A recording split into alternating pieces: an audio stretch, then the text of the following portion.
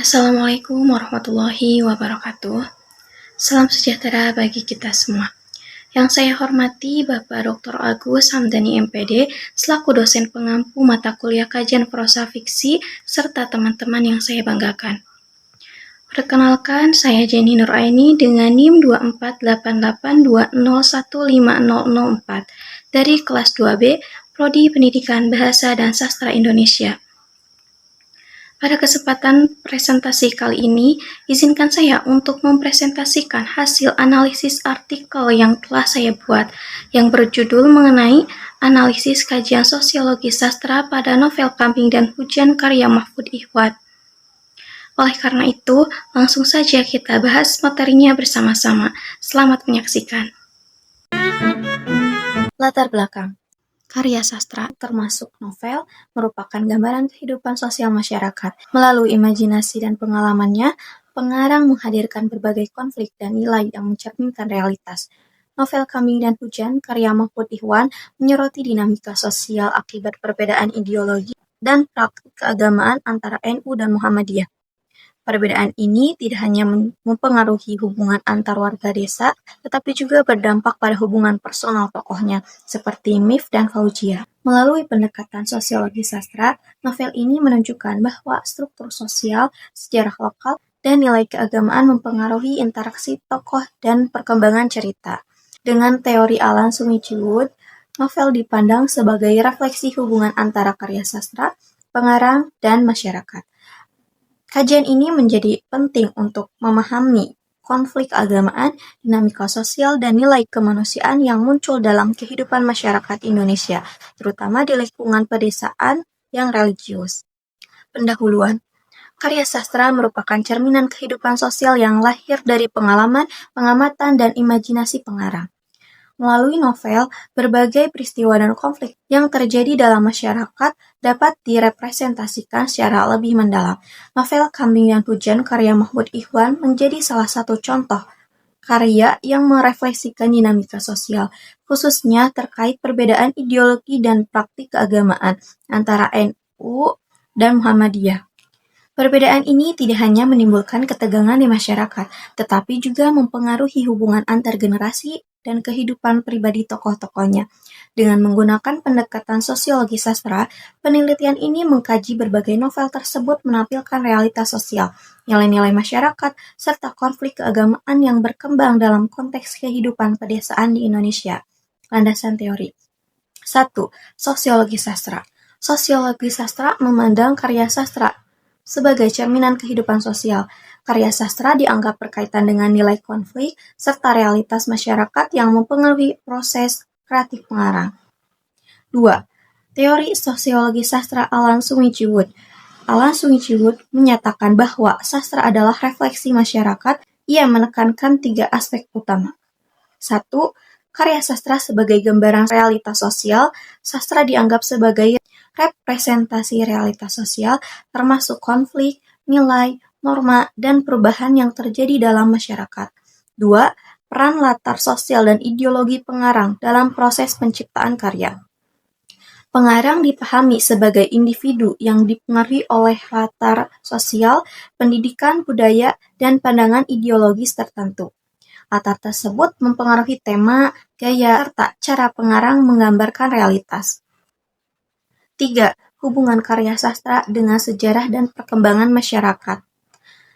Sastra dipandang berkaitan erat dengan perkembangan sejarah dan kondisi masyarakat pada masanya. Karya sastra dapat memuat rekam jejak sejarah, memori kolektif, tradisi lisan, dan perubahan sosial. 3. Relevansi teori. Teori Sumichwood digunakan untuk menganalisis novel Kambing dan Hujan karena novel ini menampilkan konflik sosial keagamaan, sejarah lokal, dan dinamika masyarakat pedesaan yang sesuai dengan konsep karya sastra sebagai refleksi sosial.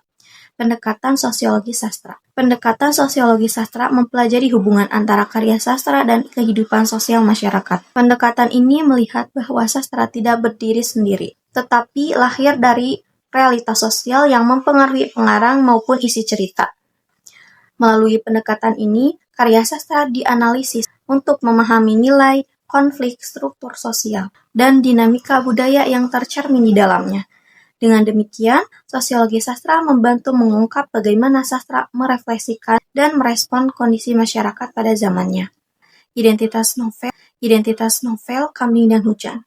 Judul Kambing dan Hujan, pengarang Mahfud Ikhwan, penerbit PT Bentang Pustaka, tahun terbit 2015, genre novel fiksi, realisme, religi, dan romans. Penghargaan pemenang Sayembara Novel Dewan Kesenian Jakarta DKJ 2014, jumlah halaman 374 halaman, ISBN 9786022910275. Tema konflik sosial keagamaan. NU Muhammadiyah, sejarah lokal dan hubungan antar generasi. Latar tempat Desa Centong, latar fiktif di Jawa. Tagline atau penilaian pada sampul. Novel yang menarik dan mengalir, enak dibaca. Menurut Ahmad Syafi'i Ma'arif. Sinopsis. Kambing dan Hujan mengisahkan hubungan cinta antara Miftahul Abrar atau Mif dan Fauzia. Dua anak muda yang berasal dari keluarga dan lingkungan keagamaan berbeda, Mif dari keluarga Muhammadiyah dan Fauzia dari keluarga Nahdlatul Ulama NU. Perbedaan ideologi keagamaan ini telah lama memecah masyarakat Desa Centong menjadi dua kelompok yang sering berselisih, bahkan dalam hal-hal kecil seperti cara beribadah, penentuan hari raya, hingga tradisi keagamaan. Konflik yang diwariskan secara turun-temurun antara dua kelompok tersebut membuat hubungan Mif dan Fauzia terhalang oleh pertentangan keluarga.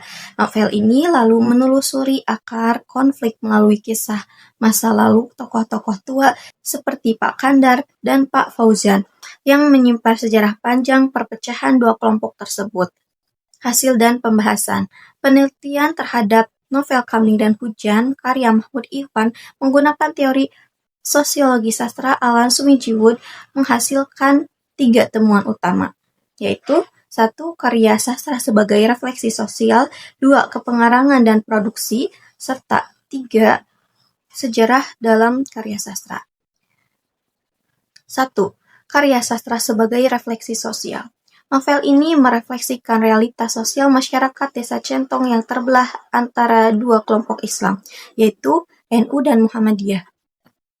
Perbedaan praktik ibadah dan ideologi menciptakan ketegangan berkepanjangan, yang kemudian mempengaruhi hubungan antar tokoh. Beberapa bentuk refleksi sosial yang terlihat. Hubungan orang tua dan anak memperlihatkan benturan nilai antara generasi tua yang mempertahankan tradisi dan generasi muda yang lebih terbuka.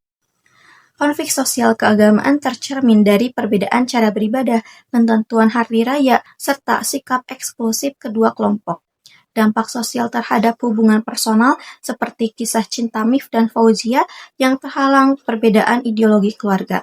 Novel ini menunjukkan bahwa perbedaan ideologi dapat melahirkan konflik, namun juga membuka peluang terciptanya harmoni ketika ada pemahaman dan sikap terbuka. 2. Kepengarangan dan produksi. Mahfud Ikhwan menciptakan novel ini berdasarkan pengalaman sosial dan latar budaya pesantren di Jawa. Beberapa hal penting, yaitu latar sosial pengarang. Mahfud tumbuh dalam lingkungan religius yang dekat dengan NU dan Muhammadiyah, sehingga konflik keagamaan dalam novel terasa autentik. Representasi masyarakat. Pengarang menampilkan kritik sosial terhadap fanatisme agama, konservatisme, dan pertikaian internal umat Islam. Produksi ideologis. Novel menjadi ruang refleksi untuk mengajak masyarakat melihat kembali konflik klasik NU Muhammadiyah sebagai bagian dari dinamika sosial, bukan permusuhan permanen. Dengan demikian, karya ini merupakan hasil dialog antara pengalaman personal, pengarang, dan realitas sosial yang ia amati. 3. Sejarah dan karya sastra. Novel ini tidak hanya menyampaikan konflik masa kini, tetapi juga menyajikan sejarah lokal Desa Centong melalui kisah generasi sebelumnya. Sejarah perpecahan NU Muhammadiyah diceritakan melalui pengalaman tokoh-tokoh tua seperti Pak Kandar dan Pak Fauzan. Tradisi lisan oral history digunakan untuk menggambarkan bagaimana masyarakat dulu menerima Islam dan bagaimana konflik keagamaan muncul. Sejarah pribadi sebagai sejarah sosial. Tokoh Mif menemukan bahwa perjalanan hidup keluarganya adalah bagian dari sejarah panjang perbedaan di desanya. Dengan demikian, novel ini menjadi media rekonstruksi sejarah lokal dan gambaran perubahan nilai sosial dari masa ke masa. Kesimpulan, berdasarkan hasil analisis terhadap novel Kambing dan Hujan menggunakan teori sosiologi sastra Alan Swinjunwood, dapat disimpulkan bahwa novel ini merefleksikan realitas sosial masyarakat pedesaan yang religius, terutama konflik ideologi antara NU dan Muhammadiyah. Perbedaan tersebut tidak hanya menciptakan ketegangan sosial, tetapi juga mempengaruhi hubungan antar generasi dan kehidupan pribadi tokoh-tokohnya. Dari sisi pengerangan, Mahfud Ikhwan memanfaatkan latar sosial dan budaya yang dekat dengannya sehingga mampu menghadirkan representasi sosial yang kuat dan realitas.